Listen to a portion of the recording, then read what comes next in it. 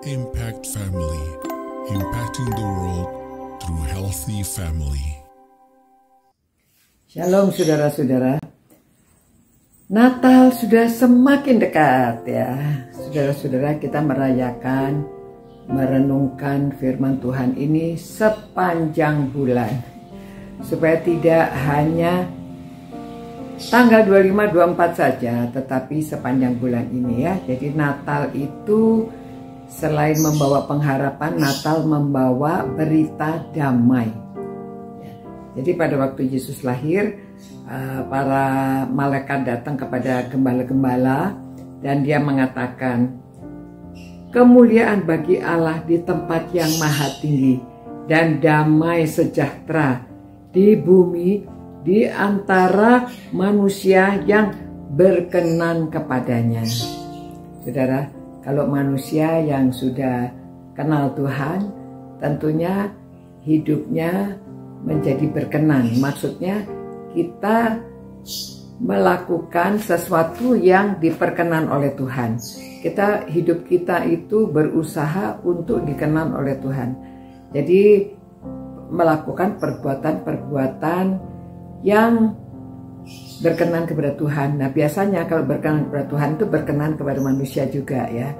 Jadi saudara-saudara, berita damai ini dapat ya secara sosio-emosional juga akan menolong kita.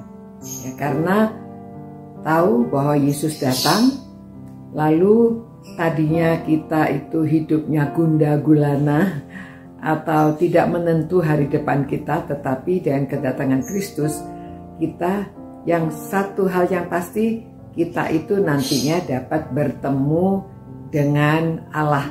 Pada waktu kita sudah meninggal, jiwa kita pasti diterima di hadapan hadirat Tuhan. Ya saudara, karena apa? Karena kedatangan Yesus ke dunia ini missionnya adalah untuk menebus dosa manusia dengan cara mencucurkan darahnya. Ya, pada waktu disalib mencucurkan darahnya, karena darahnya itu sebagai pengganti korban yang harusnya kita menyerahkan korban untuk diampuni dosa-dosa kita. Tuhan Yesus mati satu kali untuk seterusnya dan untuk semua orang di dunia ini. Nah, itu sebabnya kita bisa memperoleh damai.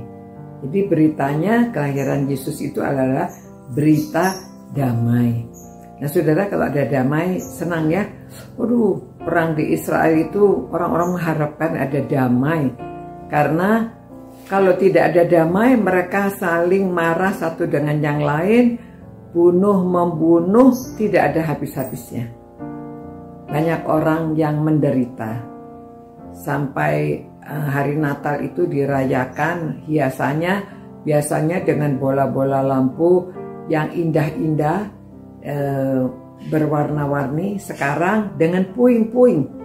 Jadi ada bayi Yesus, lalu dikasih batu-batu ya, dan mereka mengharapkan, mendoakan supaya ada damai, dan kedua belah pihak supaya hatinya dilembutkan, supaya ingat seperti zaman dulu pada waktu Perang Dunia Pertama. Kalau malam hari Natal mereka sedang berperang, tapi tiba-tiba malam Natal itu mereka semua berhenti, tidak berperang, dan satu dengan yang lainnya itu saudara berbaikan seperti teman biasa, tidak merasa ada perang. Mereka tertawa-tawa, minum-minum bareng-bareng, mereka main ya, ada games, lalu mereka bertukar hadiah, ada yang nyanyi dengan bahasanya masing-masing, tetapi yang sebelah sana nyanyi bahasa Jerman, yang sini sekutu dengan bahasa yang berbeda-beda, tetapi mereka berhenti berperang. Ya, jadi berita Natal itu membawa damai. Namun besoknya perang lagi, karena itu kemanusiaannya ya. Nah, harusnya berita itu bukan damai hanya untuk satu hari, damai untuk seterusnya. Jadi untuk saudara dan saya, marilah di dalam keluarga kita hadirkan damai. Ya, kelahiran Yesus ini kita rayakan dengan damai dalam keluarga. Kalau di dalam keluarga ada orang tua dan anak yang sedang musuh-musuhan, harus berdamai. Suami istri yang musuh-musuhan, Yesus sudah datang beritanya adalah berita damai. Bukan hanya pada waktu Natal ya, dan seterusnya, belajarnya dari sekarang. Jadi kalau ada mertua menantu, ini yang paling banyak masalahnya ya, supaya didamaikan. Di dalam gereja antara pendeta, pengurus, jemaat, semua orang, jangan sampai ada yang sakit hati dan tidak bisa berdamai. Percuma ke gereja ya.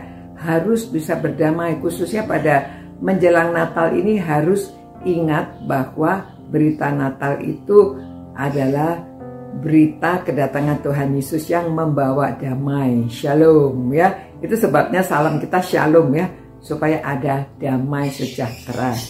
Nah, saudara-saudara, inilah yang perlu kita renungkan. Apakah ada damai di dalam hati saudara, dalam keluarga saudara, di gereja saudara, di komunitas saudara? Apakah ada saling memaafkan supaya berdamai? Ya, mari kita menjadi agen damai menjelang hari Natal ini untuk seterusnya. Jadi ada makna kelahiran Tuhan Yesus di dalam dunia ini, di dalam hati kita, dalam keluarga kita, dalam komunitas kita.